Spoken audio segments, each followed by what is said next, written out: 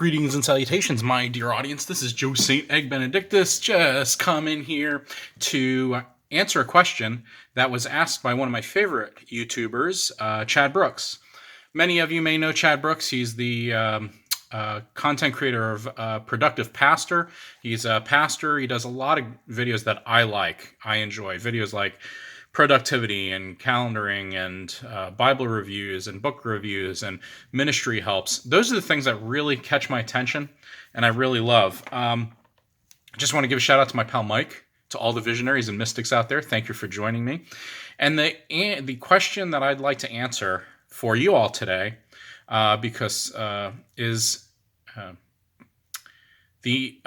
see. The question that I want to answer today is how does a person or a minister still use notebooks? Now, Chad Brooks was doing a video on productivity, and he was talking about the importance of analog technology, pen and paper, and when it's necessary and how he uses it. And it caught my attention because I am an analog pastor. Now, it's interesting, and I think it's ironic that we talk about being an analog pastor when I'm making a YouTube video. And I have a YouTube channel, and many of you know me through YouTube. But when you look at the community that we formed, our visionaries and mystics, a lot of them are still into things that related to analog, like writing utensils and Bibles and paper Bibles, old school, old-fashioned. So today I'm going to show all of my notebooks that I go through so that if Chad Brook is tuning in, hope you are. These are the many ways that I use notebooks. I only use computer really for, the usual Facebook email publications, newsletters, database at church, and what else I need? Like spreadsheets and things like that. But the first book I want to show you, just to show you how dedicated I am to this analog technology stuff, is my sermon book. So I have always written out my sermons since I began preaching full-time in 2010. The reason why I do that is because when I look at a printed page, I'm visual, and when I look at a printed page, it all looks the same to me. So having to preach off of a printed page, I get lost within the page because the page looks the same. I can't memorize it. I'm not good. If I type it, it's hard enough not to be methodical and sound like a lecture. So not only do I write on computer differently than I write on paper, it's more lecture-ish, but I can't read off of the paper and I can't memorize it because I am a visual learner, and I memorize most of my sermons not by the words in the sentence, but by the picture on the page. So I have more of like a photographic memory when it comes to sermons. Now, in order to make my sermons accessible to where I'm not writing in big books or little books, I have formalized my sermons in using these Cambridge Limited business notebooks. They're 9.5 by 6 5/8. You can see I kept the sticker on. And Cambridge Limited here, it's lined, okay? And basically, all of my sermons are in here every week. So I still write my sermons to this day. I don't use a computer at all. These books, by the way, when I'm finished, I usually take this sticker off. I'll take it off now.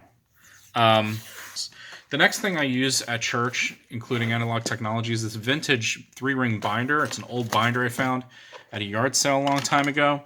And what I do here, I'm not going to show you this, but I keep my prayer lists in here. Okay, and then I keep my Wednesday night study notes. This is a pretty old book, as I mentioned, 133710. Can you see that? It's leather. It has this pocket so I can keep paper in here, and I have more paper at the office. These dividers. It's very dated, very old, and because of that, it has a lot of personality. I think I found it at a yard sale, and I've been using this for, golly, about 8 years. So it really is awesome. All right, the next notebook I have is a paper journal. This is my journal, my private journal. This is not like a church thing or a note thing. This is literally my journal that I keep for myself. It's by Paper Blanks. My daughter works at a bookstore that is a Paper Blanks distributor, so I go there and I get most of my books there. You'll see that the rest, a lot of my notebooks are paper blanks, but have stickers, okay, on the inside, stickers. I'm almost, you can see it comes with a red ribbon and marbled pages, and so I'm almost finished, and that's that. So handwritten journal that I only use fountain pen in or pencil. The next book I have here is a devotional Bible journal. Now this also by Paper Blanks, I believe. Yeah, Paper Blanks. This one is for my devotion. So here's 1 Kings. So I mean, I just started Altars, Old Testament this past year. It'll take me about probably 3 years to read through it. And I have plenty of journals. And then when I run out of this, I do have, when I purchased this, having some insight, I do have 2 more. And this January 2023, I'm going to start reading through the New Testament, not the Daily Office, but reading through the New Testament with my Experiencing God Bible. So I will start a separate book for New Testament, and then there'll be an extra book probably for one of the Testaments. I can always buy a 4th one, but the goal is to keep my Bible commentary, which again, this is from Genesis to 1 Kings, so it's not a lot of commentary, but my Bible commentary for my personal devotions in these books. So that's how that works, okay? Next up is what I call my therapy book, and what that means is when I pray and the Holy Spirit gives me something that is for me or something that I need for my self-help, I picked up this wire index, big index card. Just to give you an example, let me see here. A regular index card is about yay big, so this is like one of those giant books. And I keep this by my prayer. I keep this, and this by my prayer chair. And if I'm having a bad day and I need a little bit of self-care, I flip through this with the things that God has blessed me with or other people have blessed me with. Let me give you an example without trying to be personal. Okay, so this first one is called The Trapdoor. I heard this from an NPR interview. A lady was talking about the trapdoor. That which you are looking for, that's a gotcha moment. People who are looking for trapdoors are distrustful, paranoid, expecting, waiting for people to fail, or guarded. And so one of the things I do when I wrote that down, again, it was some note that some lady sent in an NPR interview. I wrote it down. I felt like the Holy Spirit really wanted me to remember that. And, you know, part of having a good relationship with people at church is not only to be the shepherd, but also to care for myself and keep myself guarded so that I am not guarded, but, you know, so I'm not mistreating people. The next book is for funerals. This is a book I keep in my Take Everywhere bag, which I did a video on a long time ago. And this book I picked up for like 10 cents at a Goodwill. I love spiral-bound books. It has kind of a side thing for notes, a place for dates, and the notepad. This is the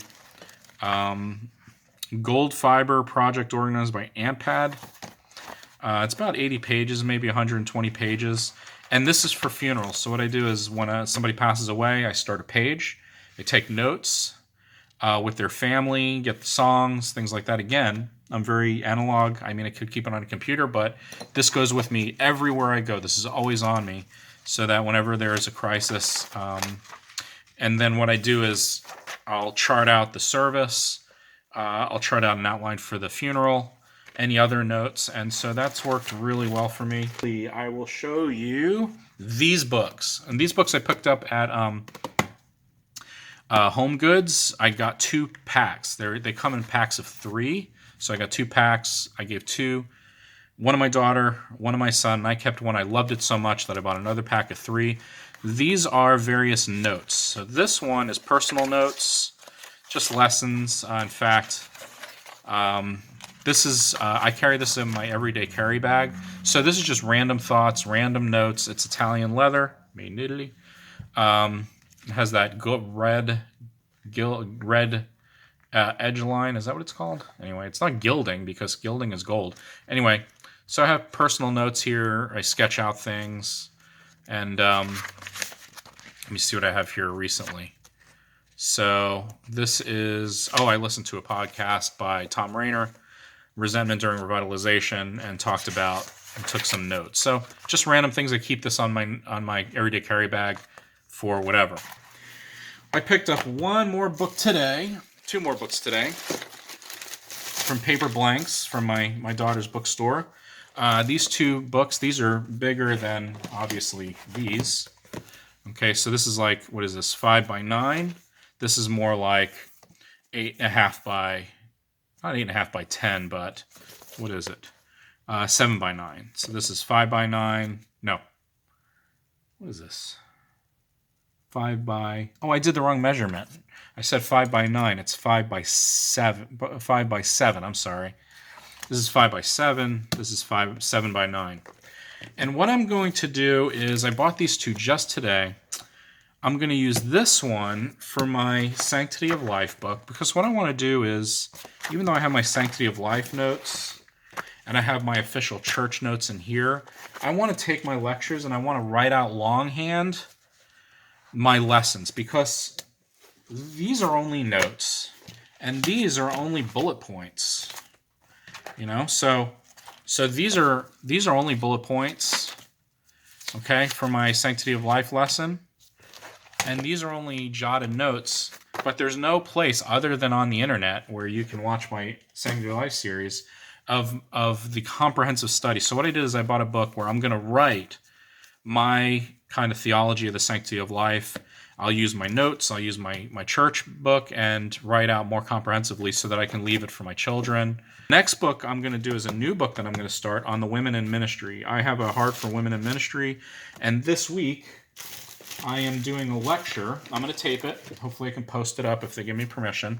I'm going to record it, but I'm doing a 30-minute lecture on women in ministry for the Association of, American Association of University Women, that promotes equity for all women. Whole book to it. So I'm going to start it, and then I always have it. So whenever I come across things that or my ideas or other people's ideas or books I read, I have a book devoted entirely to women in ministry, a book entirely devoted to Sanctity of Life, these wonderful paper blanks, and that's kind of what I'm going to do. So I'm going to transfer these notes. So that's really it. I mean, if you really think about, the ways I do things, I'm still a handwriting kind of guy, and hopefully you remember the importance that handwriting exercises the brain differently than computers do, and not only that, but it lets us be a little bit more thoughtful and intentional in our writing. Thank you for joining me for this long haul of a longhand hobby.